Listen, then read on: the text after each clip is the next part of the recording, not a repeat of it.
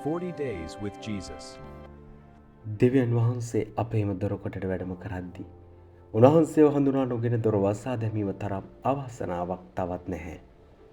අපේ හදවත්වල නාසරෙත් නුවර අදත් උන්වහන්සේව ප්‍රතික්ෂේප කරමින් අපි සිටිනවාද? ආදරණීය සහෝදර සහෝදරීනි, Taman හැදී වැඩුණු නාසරෙත් නුවරට ආපු ජේසුස් වහන්සේට මේ වඩුවාගේ පුතා නේද කියලා උන්වහන්සේව පහත් කරලා කතා කරපු මේ මිනිස්සු ජේසුස් වහන්සේව කන්ද මුදුනකින් පල්ලෙහාට තල්ලු කරලා මරන්න තරම් ඔවුන් ප්‍රචණ්ඩ වෙනවා. ඇතරම් මේ සිද්ධිය අපේ චතාරික ගමනට හරිම ගැඹුරු පණිවිඩයක්. චතාරිකය කියන්නේ අපේ ජීවිත ඇතුළේ තියෙන නාසරෙත් නුවර පරීක්ෂා කරලා බලන කාලයක්. අපි හුඟක් වෙලාවට ජේසුස් වහන්සේවයි උන්වහන්සේගේ සත්‍යයයි පිළිගන්නවට වඩා අපිට පුරුදු වෙලා තියෙන පරණ වැරදි නරක පුරුදු වලම ඉන්නට කැමතියි. නාසරෙත් වැසියෝ වගේ සමහර විට අපේ පවුල කෙනෙක් හරි යහළුවෙක් හරි දෙවියන් වහන්සේගේ මඟ පෙන්වීමෙන් හොඳ දෙයක් කරන්න හදද්දී අපේ තියෙන ඊර්ෂ්‍යාව නිසා අපිත් ඒ අයව අධෛර්යමත් කරනවා.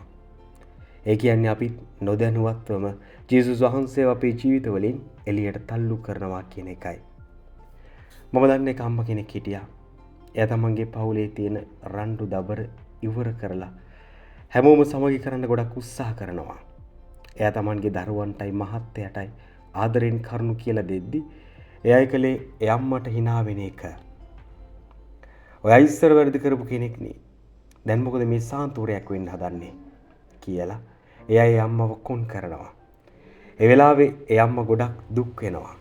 හැබැයි ජේසුස් වහන්සේ අර නාසරෙත් වැසියෝ මැදින් නිහඬව නික්ම ගියා වගේ මේ අම්මත් කායිකවත් රණ්ඩුනේ නැහැ.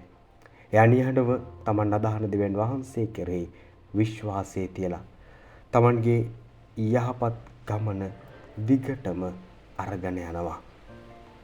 එනෝසලන ඉවසීම නිසාම කාලයක් යද්දි මුළු පවුලම සමගි කරන්න ඒ අම්මට පුළුවන් වෙනවා. ප්‍රතික්ෂේප වෙනවා කියන එක හරිම වේදනාකාරී දෙයක්. හැමෝම අපිව කොන් කරද්දී අපේ ලෝකෙ තනිකමක් දැනෙනවා. හැබැයි මේ වේදනාව ජේසුස් වහන්සේගේ කුරුසේ දිහා බලලා ජය ගන්නයි චතාරිකය අපිට ආරාධනා කරන්නේ. ලෝකයේ ඔබව කොහොම කොන් කළත් ඔබ කරන්නේ දෙවියන් වහන්සේට කැමති දෙයක් නම් උන්වහන්සේ හැමදාම ඔබත් එක්ක ඉන්නවා. ඒ නිසා ජේසුස් වහන්සේ වගේ වෛරයට වෛරයෙන් උත්තර දෙන්නේ නැතිව ප්‍රේමයයි නිහඬතාවයයි ආයුධයක් කරගෙන අපි ඉදිරියට යමු.